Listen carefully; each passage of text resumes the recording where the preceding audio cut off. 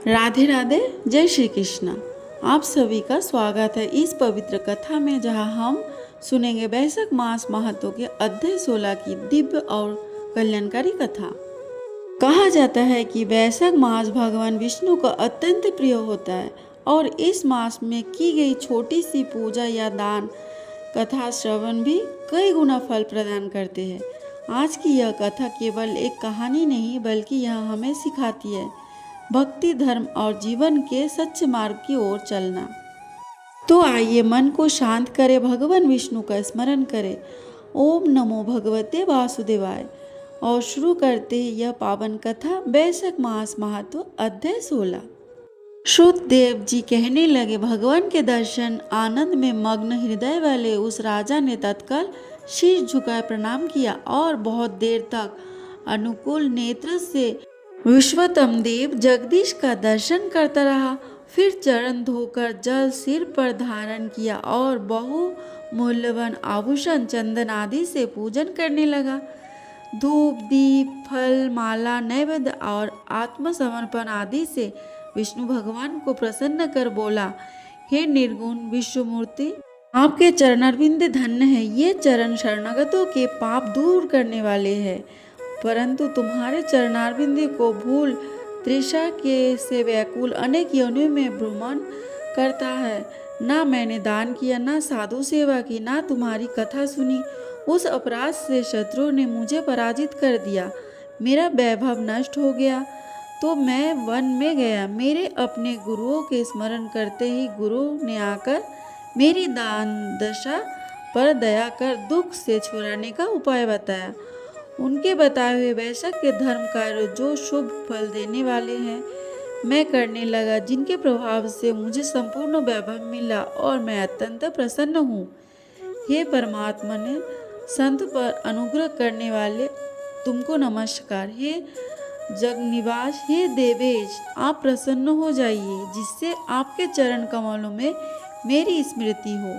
प्रभु, पुत्र स्त्री को शादी में मेरी आसक्त ना हो। मेरा मन आपके चरणारविंद में लगे, मेरी वाणी आपकी दिव्य कथा कहने में लगे रहे, मेरे नेत्र आपकी मूर्ति के दर्शन में लगे रहे, कान कथा श्रवण में और जीभा आपकी गुणगान में अर्पित हो, नासिका आपके चरण कमल का मकरकंद सूंघने में प्रवृत्त हो, हाथ आपके मंदिर की साफ सफाई करने में तथा आपके भक्तों का सुगंध युक्त चंदनादि लेपन में लगे रहे, पाँव आपकी कथा में ले जाए, मेरी मुर्दा सदा आपकी वंदना में, कामना आपकी कथा में, बुद्धि आपके विचार में लगी रहे, साधु संग और आपकी श्रेष्ठ कथाओं का गान में मेरे दिन बीते। हे प्रभु, एक पल भी आपके प्रसंग बिना व्यतीत ना हो। हे वैष्णवों, मैं संपूर्ण राज्य, पुत्र पौत्र आदि किसी की इच्छा भी नहीं करता हूँ। मैं तो आपके चरण कमल की सेवा का इच्छुक हूँ। राजा की ऐसी स्तुति सुन भगवान प्रसन्न हो बोले, तुम पाप रहित निष्काम मेरे भक्त में श्रेष्ठ हो। सहस्त्रवर्ष की तुम्हारी अवस्था हो, दिव्य धन संपत्ति, मेरी दृढ़ भक्ति और अंत में मेरी सहजता मिलेगी। जो प्राणी तुम्हारी की हुई स्तुति करेंगे, मैं उन पर प्रसन्न होकर उन्हें निसंदेह भक्ति और मुक्ति दूंगा। आज के दिन अक्षय तृतीया में स्नान दान आदि करने से, गौदान करने से, बैल दान करने से, पितृस्वर्ग के निमित्त श्राद्ध करने से अक्षय फल प्राप्त होता है। मृत्यु, जरा, भय, पाप सब नष्ट हो जाते हैं। मैं वैशाखयुक्त धर्म से प्रसन्न होता हूँ, जिनके करने से अब अव्यय पद प्राप्त होता है। जो प्राणी मेरे चरणों का स्मरण करेगा, उसे प्रायश्चित की भी आवश्यकता नहीं। तुम गुरु के उपदेश से वन में वैशाख के धर्मों में तत्पर हुए और जगत के नाथ भगवान की आराधना से तुम्हें सब वस्तु प्राप्त हो गई। इस धर्म से प्रसन्न हो मैंने तुम्हें दर्शन दिया है। अब तुम देवताओं के लिए भी दुर्लभ इच्छित भोगों को भोगो। देवादिदेव जनार्दन राजा को ऐसा वर दे, वही अंतर्धान हो गए। तब वह राजा अत्यंत प्रसन्न हुआ। मनंतर गुरु महात्माओं का सत्संग कर नित्य प्रति ज्ञान प्राप्त करने लगा और वासुदेव भगवान के अतिरिक्त किसी को नहीं मानता था। वैशक युक्त सब धर्मों को बारंबार करने से पुत्र पौत्र आदि की वृद्धि हुई और संपूर्ण मनोरथ को भोग अंत में चक्रपाणी विष्णु भगवान की सहजता को प्राप्त हुआ। जो इस परम सुंदर आख्यान को सुनते हैं और सुनाते हैं वे सब पापों से छूटकर विष्णु भगवान के परम पद को प्राप्त होते हैं। इन लोगों ने वैशाख मास में भली भांति के उपचारों द्वारा मधु दैत्य के मारने वाले भगवान लक्ष्मीपति का पूजन कर लिया। उन्होंने अपने जन्म का फल पा लिया। भला कौन सी ऐसी अनंत दुर्लभ वस्तु है जो वैशाख के स्नान तथा विधि पूर्वक भगवान के पूजन से प्राप्त नहीं होती।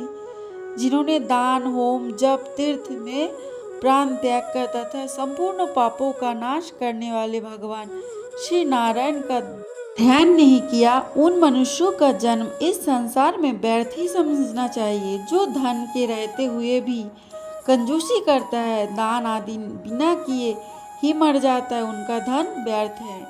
उत्तम कुल में जन्म, अच्छी मृत्यु, श्रेष्ठ भोग, सुख, सदा दान करने में अधिक प्रसन्नता, उदारता तथा उत्तम धैर्य, ये सब भगवान श्री विष्णु की कृपा से ही प्राप्त होते हैं। महात्मा नारायण के अनुग्रह से ही मनवांछित सिद्धियां मिलती है। जो कार्तिक में, माघ में तथा माधव को प्रिय लगने वाले वैशाख मास में स्नान करके मधुहंता लक्ष्मीपति दामोदर की विशेष विधि के साथ भक्ति पूर्वक पूजा करता है और अपनी शक्ति के अनुसार दान करता है, वह मनुष्य इस लोक का सुख भोग कर अंत में श्रीहरि के पद को प्राप्त होता है। भूप जैसे सूर्योदय होने से अंधकार नष्ट नहीं हो जाता, उसी प्रकार वैशाख मास में प्रातः स्नान करने से अनेक जन्मों की उपार्जित पाप राशि नष्ट हो जाती है। यह बात ब्रह्मा जी ने मुझे बताई थी। भगवान श्री विष्णु ने माधव मास की महिमा का विशेष प्रचार किया है। अतः इस महीने के आने पर मनुष्य को पवित्र करने वाले पुण्य जल से परिपूर्ण गंगा तीर्थ, नर्मदा तीर्थ, यमुना तीर्थ अथवा सरस्वती तीर्थ में सूर्योदय से पहले स्नान करके भगवान मुकुंद की पूजा करनी चाहिए। इससे तपस्या का फल भोगने के पश्चात अक्षय स्वर्ग की प्राप्ति होती है। भगवान श्री नारायण अनामय रोग व्याधि से रहित उन गोविंद देव की आराधना करके तुम भगवान के पद प्राप्त कर लोगे। राजन, देवादिदेव लक्ष्मीपति पापों का नाश करने वाले, उन्हें नमस्कार करके चैत्र की पूर्णिमा को इस व्रत का आरंभ करना चाहिए। व्रत लेने वाला पुरुष यमनियों का पालन करे, शक्ति के अनुसार कुछ दान दे, अविच्छिन्न भोजन करे, भूमि पर सोए, ब्रह्मचर्य व्रत में दृढ़ता पूर्वक स्थित रहे तथा हृदय में भगवान श्री नारायण का ध्यान करते हुए आदि तपस्याओं के द्वारा शरीर को सुखाए। इस प्रकार नियम में रहकर जब वैशाख की पूर्णिमा आए उस दिन मधु तथा तिल आदि का दान करे। श्रेष्ठ ब्राह्मणों को भक्ति पूर्वक भोजन कराए, उन्हें दक्षिणा सहित धेनु दान दे तथा वैशाख स्नान के व्रत में जो कुछ त्रुटि हुई हो उसकी पूर्णता के लिए ब्राह्मणों से प्रार्थना करे। स्नान में परिश्रम तो बहुत थोड़ा है, फिर भी उससे अत्यंत दुर्लभ फल की प्राप्ति होती है। मुझे इस पर विश्वास क्यों नहीं होता? मुझे मोह क्यों हो रहा है? नारद जी कहा, राजन, तुम्हारा संदेश ठीक है। थोड़े से परिश्रम के द्वारा महान फल की प्राप्ति असंभव सी बात है। तथापि इस पर विश्वास करो, क्योंकि यह ब्रह्मा जी की बताई हुई बात है। धर्म की गति सूक्ष्म होती है, उसे समझने में बड़े बड़े पुरुषों को भी कठिनाई होती है। श्री हरि की भक्ति अनुचित है, उनकी कृति में विद्वानों को भी मोह हो जाता है। विश्वामित्र आदि क्षत्रिय थे, किंतु धर्म का अधिक अनुष्ठान करने के कारण वे ब्राह्मणत्व को प्राप्त हो गए। अतः धर्म की गति अत्यंत सूक्ष्म है। तुमने सुना होगा, अजामिल अपनी धर्म पत्नी के परित्याग करके सदा पाप के मार्ग पर ही चलता था। तथापि मृत्यु के समय उसने केवल पुत्र स्नेहवश नारायण कहकर पुकारा। पुत्र का चिंतन करके नारायण का नाम लिया, किंतु इतने से ही उसको अत्यंत दुर्लभ पद की प्राप्ति हुई। जैसे अनिच्छा पूर्वक भी यदि आग का स्पर्श किया जाए तो वह शरीर को जला ही देती है, उसी प्रकार किसी निमित्त से भी यदि श्री गोविंद का नाम उच्चारण किया जाए तो वह पाप राशि को भस्म कर डालता है। जीव विचित्र है, जीवों की भावनाएं विचित्र है, कर्म विचित्र है तथा कर्मों की शक्तियां भी विचित्र है। शास्त्र में जिसका महान फल बताया गया हो वही कर्म महान है, फिर वह अल्प परिश्रम साध्य हो या अधिक परिश्रम साध्य हो। छोटी सी वस्तु से बड़ी वस्तु का नाश होता देखा जाता है। जरा सी चिंगारी से बोझ के बोझ तिनके बहा ले जाते हैं। जो श्री कृष्ण के भक्त उनके अनजान में किए हुए हजारों हत्याएं से युक्त भयंकर पतक तथा चोरी आदि पाप भी नष्ट हो जाते हैं। इसके हृदय में भगवान श्री विष्णु की भक्ति हो, वह विद्वान पुरुष यदि थोड़ा सा भी पूर्ण कार्य करता है तो वह अक्षय फल देने वाला होता है।